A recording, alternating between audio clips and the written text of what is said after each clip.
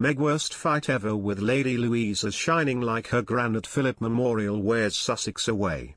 Louise, the Queen and Prince Philip's youngest granddaughter, stepped out alongside her brother James, Viscount Severn, and parents for the poignant event. The 18-year-old looked sombre as she arrived at Westminster Abbey alongside her mother Sophie, Countess of Wessex, and Prince Edward. Louise donned a dark blue dress, paired with a clutch bag, dark shoes, a dark cardigan and a fascinator.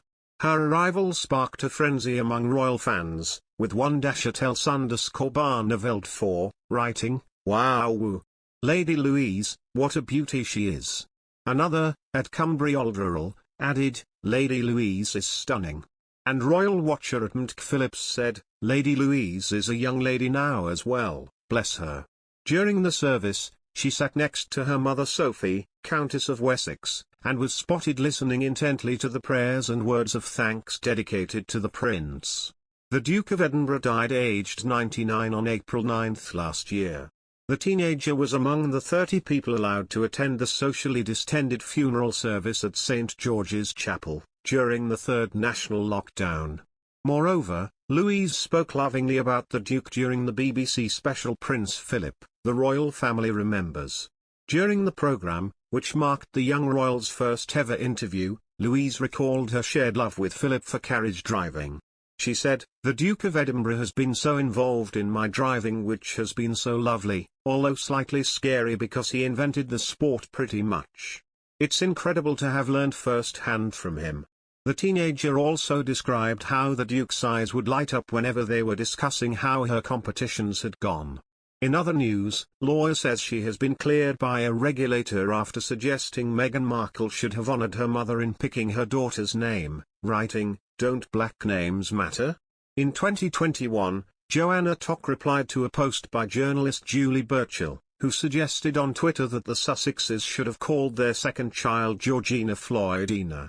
Tock, a family law attorney, replied, "No Doria. Don't black names matter?" in apparent reference to Doria Ragland, Meghan's mother. Lilibet Diana Mountbatten Windsor was named in tribute to Queen Elizabeth II's family nickname and Princess Diana, Harry's mother. Tock was initially suspended by her own law firm Family Law Cafe and was subject to 83 complaints to the Bar Standards Board, BSB.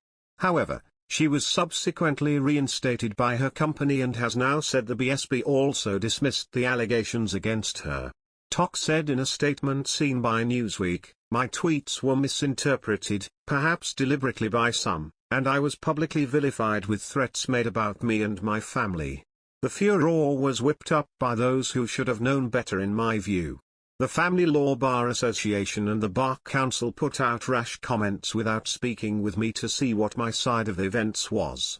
This whole episode shows how a few people can decide what they think something means and bypass any attempt to clarify or use due process. I am sorry that those working with me had to also stand up to some nasty bullying behavior. I continue to support British tolerance and the rule of law, and I always will. I knew that all the nonsense put out about me had no truth in it, and I didn't read it at the time." Burchill stated that she had been fired by British broadsheet The Daily Telegraph following the incident, though a source at the newspaper disputed this. The columnist's original Twitter post on June 6, 2021, minutes after the announcement of the birth, read, "What a missed opportunity. They could have called it Georgina Floydina." 2 days later, she posted on Facebook, "I've been sacked by the Telegraph. It's been a lovely 5 years, and I'll always be grateful to them for ending my wilderness years. However, I'd be lying if I said that I hadn't often moaned to my husband recently about them always rejecting my edgy column ideas and giving me more pedestrian ones, which I've done splendidly anyway. I hope you can see my archive here. Onwards and upwards." However, a Telegraph source at the time told Newsweek she was neither staff nor on a freelance contract. They said, "It would be wrong to infer we won't use her as a contributor again."